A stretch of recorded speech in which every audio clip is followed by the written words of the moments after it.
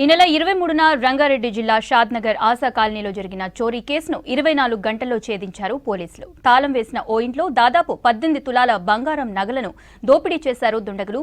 బాధితుల ఫిర్యాదుతో కేసు నమోదు చేసి దర్యాప్తు చేశారు పోలీసులు. 24 గంటల్లో దొంగలను పట్టుకుని 15 తులాల బంగారు ఆభరణాలను రికవరీ చేశారు. నిందితుడు శివప్రసాద్ నాయక్ ని రిమాండ్ కి తరలించినట్లు షాద్నగర్ సీఐ విజయ్ కుమార్ తెలిపారు. సీసీ కెమెరాల ఆధారంగా ఈ కేసును ఛేదించామన్నారు పోలీసులు.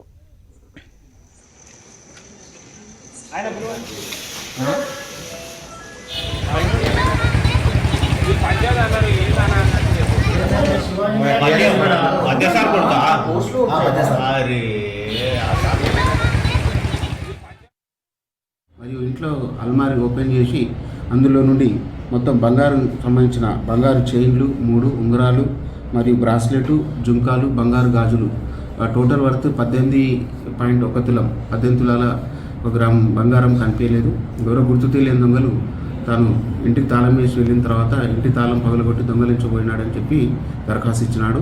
మేము వెంటనే ఇంటిది HB/డే కేసు నమోదు చేయనని చేసి 2 టీములు ఇమ్మీడియట్గా మా డిఐ వెంకటేశ్వర్ల ఆధ్వర్యంలో మా క్రైమ్ టీము 2 టీములు చేసి ఒక టీము సీసీ కెమెరా చూడడం, ఇంకొక టీం పాత నేరస్తులను వాళ్ళ విజిలెన్స్ చేయడం పంపించడం జరిగింది.